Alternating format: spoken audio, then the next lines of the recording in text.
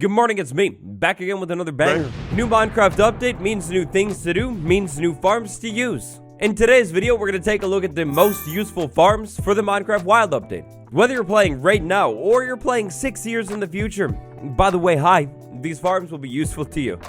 And please, remember to leave a like, or all of the wheat grown in farm number 1 will be sad. Terribly, terribly sad.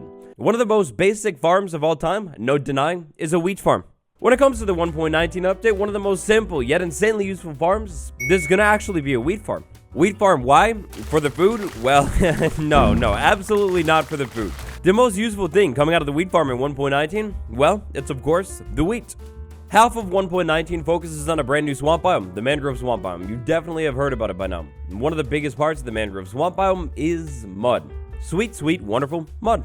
Head over to the nearest mangrove swamp biome and dig up all of the mud, or maybe even closer to your base, stay at home and turn all of your dirt into mud. Either way, doesn't matter. Mud is mud. Once you have mud, go over to the crafting table with your wheat from your wonderful wheat farm, and you get packed mud. Then you can take that packed mud and condense it even more down to mud bricks. Packed mud bricks, doesn't matter. Mud is still definitely mud. And good news for you, mud is absolutely amazing looking. These are great blocks for building. Now, a wheat farm is pretty straightforward to make. I'm just going to go ahead and assume you know how to make one. One tip that I will give you for setting up an efficient wheat farm, though, is organization. I talked a little bit about this one in my preparing for 1.19 video, but basically, if you're planning on setting up a wheat farm with mud production in mind, then organization. If you set up a farm that is a little bit more organized and flat, maybe something like this right here, but bigger, well, you'll be way better off with something simple like that than you would with a giant field converted with wheat, but bumps all over the place. Bumps all over the place, you walk down, you ruin the crops. And then your wheat, it's even more sad than it was sad when you didn't leave a like. Which is really sad. Look, I'm not in 1.19 quite yet, so I don't know for sure, but I'm telling you, man, in 1.19, the wild update, skull farms. Oh boy, skull conversion farms are gonna be all the rage. So to start this one, check this out. I'm over here at my skeleton farm. It's a pretty simple farm, somewhat dangerous. The inside of this thing is very straightforward. We have a skeleton spawner spawning skeletons every once in a while. The water stream moves them over, they go up, then they fall. So far, that would be considered a classic. Down here, I've cleared out a room. This room is really far. As you can see, the mobs are falling and instantly going away. That's not good. Add a skull catalyst to this setup in 1.19, and you've got yourself a handy skull conversion farm. Look at this stuff. It's spreading, like literally all over the place. Then you could level that up with a hoe, maybe efficiency 5 on the thing, mine it really quick, and you have experience whenever you need it. You could stand over here, collect the bones from the skeletons, store the experience inside the blocks.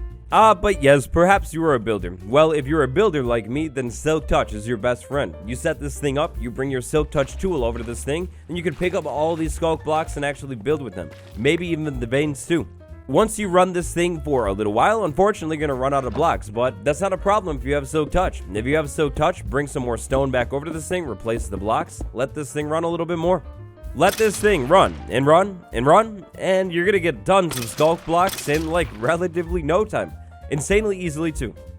The great, the wonderful, the gold farm. Gold farms are always a great thing to have, if you're on Java Edition. Well, I mean, you know what, I take it back. They're probably great to have on Bedrock too. They're just set up differently. On Java Edition, a gold farm is going to look something like this. On Java in 1.19, a gold farm that looks something like this, Chef's Kiss. But why? Like, why Swedish Chef Kiss? Well, it's pretty straightforward. So we make all these piglins mad, they run all the way over to this spot right here, and then I realize that I've forgotten my sword. Hold on, I'll be right back. I get my sword, and I take the piglins out for like a long time. And keep in mind that in my inventory the whole time, I have some apples. The apples are absolutely amazing. Eventually, I run this thing for a while, and I get gold. Whether it's ingots or nuggets, doesn't matter. Gold is gold. Alright, my guys, that's great. But you're gonna have to quiet down, like all the way. Anyways, we run this farm for a little while and we get a bunch of gold. Then we take that gold over to our apples inside of a crafting table and make a bunch of golden apples. And golden apples, oh boy, golden apples are great. You'll probably have heard about the Warden before. The Warden is Minecraft's big bad, not a boss mob. The Warden has 2 attacks. If the Warden gets really mad at something, like you can't reach it, then it uses the Sonic Boom attack. The Sonic Boom attack is very dangerous. Well, didn't think I would see this happening today. Warden inside of the piglin farm? Alright then. Well, anyways, the Warden Sonic Boom attack is insanely overpowered. The only way to nerf the damage from it is the resistance effect, which means golden apple. Also, just in general, the ancient city is a very, very dangerous place to be, and having a golden apple, or 2, or 3, or an infinite amount because of your gold farm, I mean, it's not a bad idea. Exactly the opposite, actually. A great idea. Moving on to mending. Mending is by far one of the most useful enchantments in the game. It can take your tools and heal them back up to full health. To effectively and efficiently use mending, though, you're going to need a good experience farm. A great experience farm that I always recommend setting up is a blaze spawner experience farm. Go into the nether, find a nether fortress, and inside of that nether fortress, find a blaze spawner. It shouldn't be too hard. The products from this farm, the experience and blaze rods, don't really have any new uses or anything like that in 1.18. But if you're planning on heading off to an ancient city, or maybe planning on going over to the mangrove swamp and digging up a bunch of mud, your tools are going to take a lot of durability damage, potentially. When they take that durability damage, add mending to them, then head over to your blaze experience farm. You won't regret it. Trading with villagers is always a great idea. I mean, it's easy profits, and they sell sometimes pretty useful things. Trading with villagers in the 1.19 update, there's a brand new meaning to it, a brand new purpose. Specifically, the cartographer villager. It wouldn't be a bad idea to set up a trading hall involving at least a couple of these guys in 1.19. Once you work your cartographer villager all the way up to its 3rd level, it'll have a useful trade for you. The trade that we're looking for is this one right here. If you have no clue where a woodland mansion is in your world, this is the trade for you. Of course, in 1.19, if you're lucky, your woodland mansion will have an alley jail cell room. Inside of the room, jail cell, alley, yeah, you get the name? These things are pretty uncommon, so that map is definitely going to help you locate the structure. The tragic part about all of this, though, is that once you buy one map from that villager, well, then the next map that you buy from that villager, so let's say I bought this again, it will always lead me to that same woodland mansion. That's kind of a letdown. But what isn't a letdown? Well, profits. Pure profits. Go ahead and set up your cartographer villager in your world, then set up one of these super simple sugarcane farms. Maybe scale that farm over and over and over again so you get like a ton of sugarcane. Take your sugarcaney profit from the sugarcane farm, head over to a crafting table, turn all of that sugarcane over into paper, and then back over to the cartographer. It is for you. Sell all of that paper to the cartographer for the sweet, sweet profit. Wool farm, I guess, one of my most favorite farms in the entire game. A wool farm is always a great idea. I mean, it's literally free blocks, as long as you remember to put shears back in it. Since the beginning of this game, a wool farm has always been a great idea. However, in 1.19, wool farms get a brand new use, a whole new meaning. Of course, in 1.19, we have the ancient city, the brand new task for you to do. Wool occlusion is a thing, remember. Wool occlusion is insanely useful for sneaking around these cities, cutting out skulk sensors from other vibrations that might happen. For example, this right here, check out what I've done. Dropped a couple wool blocks down, there's a couple skulk sensors all around, but darkness, a torch right in the middle of the wool, doesn't matter. The wool cuts out all the vibrations. Even worse, more annoyingly, we have this thing right there, the skulk shrieker. That's not good. What we can do to get around the skulk shrieker is place a couple wool blocks around this thing. Now that we've cut the skulk shrieker off from basically every other sensor, we don't have to really worry about anything. Should be more careful. Well, anyways, now that we've cut the shrieker off from everything else, we can just go ahead and dig that out, and no other vibration set off the other shrieker, you know, like that one right over there. Anyways, what I'm saying here is wool occlusion. Wool occlusion is a giant mechanic when it comes to the ancient city, maybe one of the biggest ones. If you're trying to make your way through an ancient city and set off no shriekers at all, wool blocks, 100% you're gonna need them. If you find yourself in a trickier situation, something like this right here with a bunch of sensors and a couple shriekers, you could absolutely use wool blocks strategically, place them down to be able to cut out the skulk sensors around you. After you've successfully placed the wool blocks down and you're sure the other sensors won't be able to hear you, well then you can get to digging. Dig out the skulk sensors and move on. When it comes to the ancient city and survival strategies, wool blocks, stacks and stacks of them, they're a must. Stacks and stacks of wool blocks quickly, automatically, easily, wool farm, it's a must. Which reminds me, I should definitely put some shears back inside of this thing. Before we get to the end of our list today, an honorable mention and an honorable mention.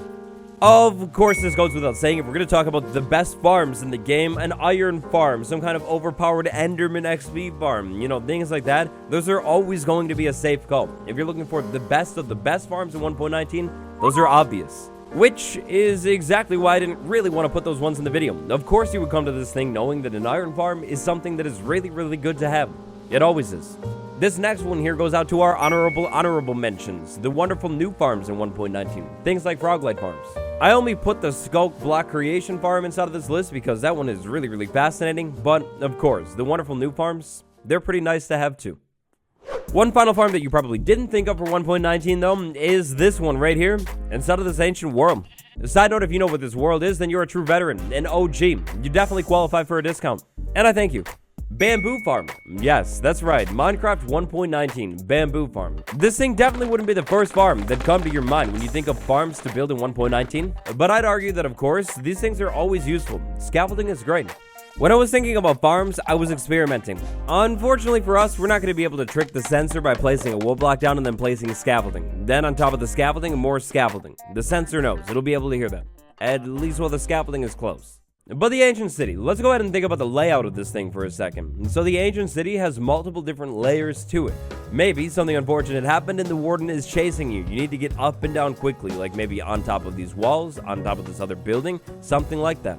And more importantly for this one, you care about stealth. You want to do all of that up and down stuff, and you want to do it relatively silently too. Well, then scaffolding is your friend. So like I just said, scaffolding unfortunately causes a vibration when you place it, but scaffolding doesn't cause a vibration if you're sneaking and you need to go up and down. Sneak up the scaffolding, get to the top of this thing, jump over onto the wool block, and you're good. There's no vibrations right there. If you have to go back down, you don't have to worry about jumping, falling, taking damage, or anything like that. Move over to the scaffolding, hold down shift, you're sneaking, which is completely silent, and then you're back down again. It's pretty useful. Another potentially useful thing that you can do with scaffolding inside of the ancient city is over here at the centerpiece. Go ahead and go over to the centerpiece first things first and set up a scaffolding ladder that goes all the way up to the top of this thing. The other mobs, like aka the warden, won't be able to climb the scaffolding, but of course you can climb it. If you somehow find yourself in the unfortunate circumstance that the warden is chasing you, it's locked onto you, well then you can go over to your scaffolding really quick and climb really far up to the top of this thing, like out of range of the sonic boom. Once you've used your scaffolding to get up to the top of the statue thing, you could be safe, depending on where the warden is. But also maybe not. Remember, the warden has insane range. Maybe use the scaffolding to get up on top of this thing, and then keep digging up into the ceiling. Either way though, no matter what, with the different vertical levels of this city, scaffolding, it's gonna come in handy. And so will a wheat farm. This is where you start looping the video because it's finished. It's over. Go back to number 1. Those are some of the most useful farms for the Minecraft Wild update. If you've got another farm in mind, definitely drop it down below. It would be useful to me and useful to everybody else watching this video. I would like to send a big thank you to Patron Gang, Bill W, Monkey Boy Chuck, Tanner B, and Faithful Rimworm. Your support helps me create content like this. And thank you to you for watching and making it to the end of the video. Appreciate you. Like, subscribe, and on the end card, I'll leave another one of my 1.19 videos. So check it out. I think you'll like it. Goodbye, everyone. I'll see you tomorrow.